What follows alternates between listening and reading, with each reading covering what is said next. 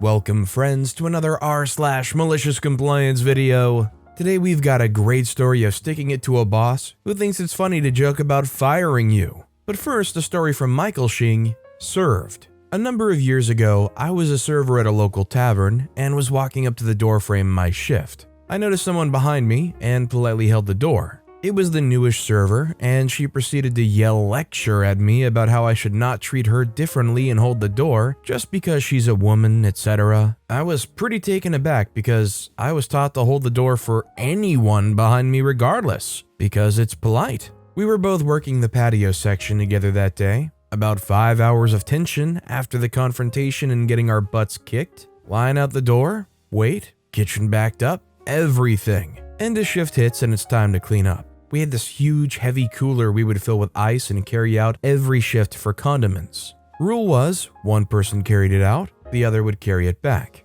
I happened to be the one to carry it out, so when it was her turn to carry it back, she came up to me and asked if I would help her with it. I'm sure you've guessed already, but I hit her with, "Sorry, wouldn't want to treat you differently because you're a woman." Walked to the MOD, handed in my checkout slip, clocked out, and left. She was a lot nicer after that day. I respect anybody that doesn't want any free handouts or preferential treatment just because they are the way they are, but would you guys agree with me that holding the door open for somebody is a weird hill to die on, regardless if you think it's like conforming to gender roles holding the door open for a lady? Let's say OP even did identify and say that, "Oh, this is a lady, let me hold the door open for them." Is there actually an issue with that line of thinking, specifically holding the door open? I'd like to know what you guys think in the comments down below. Our next story is from Hinky Pimp. My parents tried to force me to get a job in high school. For context, I was the youngest in my family. My older sister didn't have to work, and while two of my siblings did help my dad at his business after school, it was just for 2 hours Monday to Friday. I was a good student. I got an academic scholarship for all 4 years at my private high school. None of my siblings can say the same. But my parents were firm on their belief that I needed to contribute more to the household despite saving a few thousand on my tuition. I didn't want to work. I wanted to focus on my studies and play sports, but they wouldn't let up. My siblings kept bringing me job applications for every fast food restaurant in the area, but I didn't do anything with them. My parents decided they were going to drive me to each one and watch me hand in the application to each restaurant. Cue the malicious compliance. I filled out the applications, and they checked to make sure I gave my correct name and phone number. Thankfully, they didn't check the desired wages box towards the bottom. I asked for $75,000 a year. This was in 1986. I didn't get a single call. Personally, if I found myself in this situation where I was being forced to work, I'd want to do the same thing and tank that application. The thing I really like about OP's way of doing it though, is it turns it into like a lose-lose scenario into like a total win because let's say somebody was really in need of work, like that would have been a nice payday. Not that it would ever have happened. This next story is from Vampire Wolf. Smoke breaks are only for smokers? Deal. Conversation at work yesterday reminded me of this one. Back in 2000, I was working at a Royal Burger place, darn near full time while in high school. Monday, Tuesday, Thursday, 5 to 10 p.m., Friday and Saturday, 10 to 7 a.m., Sunday, 12 to 7 p.m. when needed. Friday and Saturday was as maintenance, the rest of the time was as kitchen, primarily as the one feeding burgers and buns through the broiler and then into the steamer.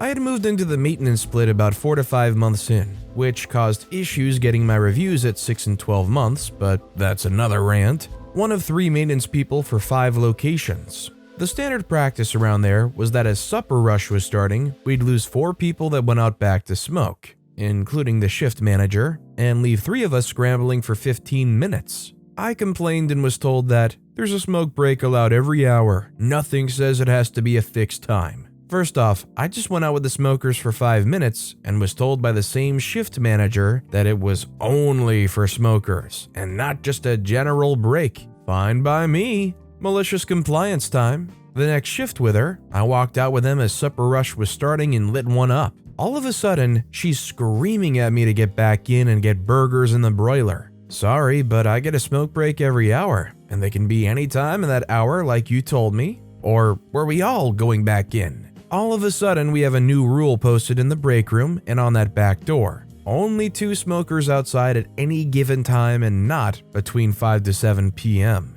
Pack of smokes was lasting me 3 to 4 weeks. Only smoked at work when I wanted a 5-minute break for the remainder of my time there. That same shift manager gave me a dirty look every time I walked back in, every time we worked together after that. As a non-smoker myself, I've always seen these smoke breaks and the preferential treatment smokers get, and it kind of blows my mind that even as recently as like the 2000s and even nowadays in some places, they still get these breaks. But only if you're a smoker. To me, it just feels extremely odd and like an old tradition that's hung on way too long for smokers to get weird preferential only smoker breaks. Our next story is from Dan O'Amo. Full face of makeup necessary? Got it. I'm not really a makeup girl. I'll wear like foundation and mascara. But I work at a makeup store, and my manager kept telling me to wear a full face of makeup.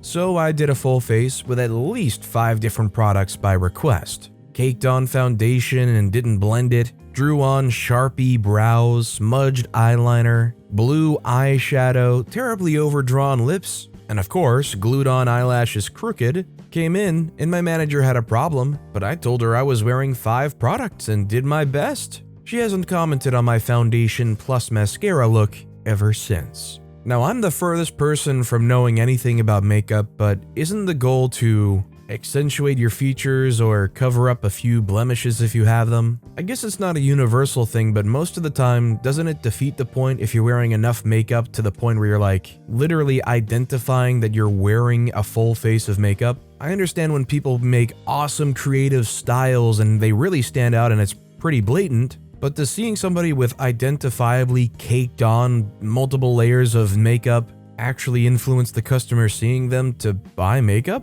I don't know. By the way, if you're enjoying these stories, make sure to hit those like and subscribe buttons down below so you never miss any of my daily videos. Our next story is from Camus Darkfly. That's not how the world works. So this happened more than 14 years ago, but I don't remember exactly how long ago. It involves myself and a Canadian/American office supply chain store that almost rhymes with maple syrup. A little bit of backstory is necessary before we get to the meat though. It's lengthy, so I hope you don't mind. Way back when, in the stone age of my IT career, I was hired as a floor associate for this office supply store. It wasn't the position I'd applied for, but that'll change later. I applied for a position as an in-store computer tech. It wasn't long before my aptitude for the internal workings of computers became apparent. And one day, the store manager asked me into the tech office to help deal with the massive backlog of computers in for service that the actual tech, who only worked a few hours a week, couldn't handle.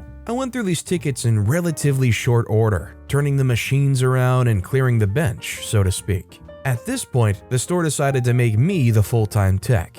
That was fine by me, that's what I wanted in the first place. Unfortunately, when you let computers languish as long as this store had, and never do any marketing, the business doesn't come in very fast. I'd already moved to have some aggressive in-store marketing done by the floor associates, along with enforcing certain company policies that were lax before. And things started to slowly turn around. Not fast enough for the store though, who cut my hours back to 3 days a week. I applied for and worked other jobs to make up the difference. Over the next several months, I gradually built the store's tech services up from being bottom of the barrel to one of the top grossing stores in the region, edging out the larger and more well-established stores. We had a reputation for fast and efficient service, along with saving the customer time and money by handling anything that didn't require the warranty department in store. This further increased our store profits, and it wasn't long before the district management took notice and gave recognition to me personally. Of course, all this effort comes at a cost, and it wasn't long before my day was full, from beginning to end. I was still working the other part-time job, which offered higher pay but fewer hours. So it balanced out to being equal to the store job on fewer days, so I couldn't add more days to my store schedule without sacrificing my weekend, something I was unwilling to do. I started working extra hours, usually clocking in a shift anywhere from 10 to 14 hours. Business continued to explode, and it wasn't long before I was working lunches at my workbench too. Throughout all this, the store never bothered to hire a second tech. I didn't mind, I got paid, and it averaged out to a full 5-day job, and it was pennies compared to the money I was directly making the store. Here's where the malicious compliance comes in. After about 6 months of this, the department manager came to me and stated they could no longer afford to pay me overtime, despite tech work sales being higher than the store had ever seen, and my pay still being less than or equal to what they'd have to pay me to work full-time for them. They didn't even offer to put me back to full-time and or raise my pay, just told me to clock out at my scheduled time. So I did. I clocked out and went home right when I was scheduled. Computer on the bench, it got left until my next workday. Ticket not updated, maybe the notes are on my desk and I clocked out before entering them into the system. I was always gone by my scheduled time, not a minute later. I also stopped working on my lunch break. Work times on the bench went through the roof, and it wasn't long before management started getting complaints from floor associates, who had to deal with angry customers not having their computers within a respectable length of time. One even called the head office to complain after their computer was sitting with no news for 2 weeks. It was only 3 weeks and a huge disaster later that they finally relented and said I could work as long as I wanted. It didn't last, and a few months later, I transferred stores before quitting for greener fields entirely. I still drive by that store and wonder how well they're doing without me, and it's been 11 years. I'm really left here wondering if that kind of thing is exactly what happened to the other IT guy before OP. Like, I imagine they come in, they're doing enough work, and then they get their hours marginalized and cut back down to the point where they just straight up quit or get fired for just not being as good as OP was with that limited time.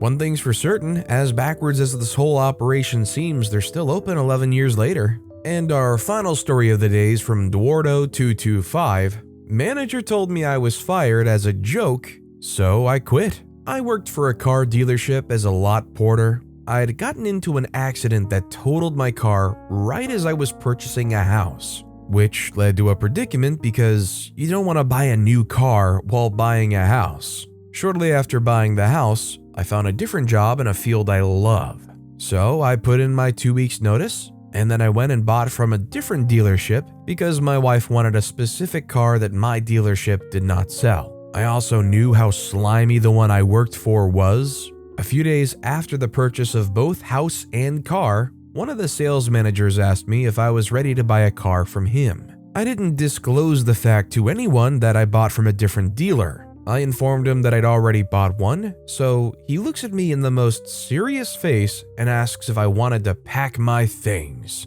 Basically because I wasn't loyal to this dealership.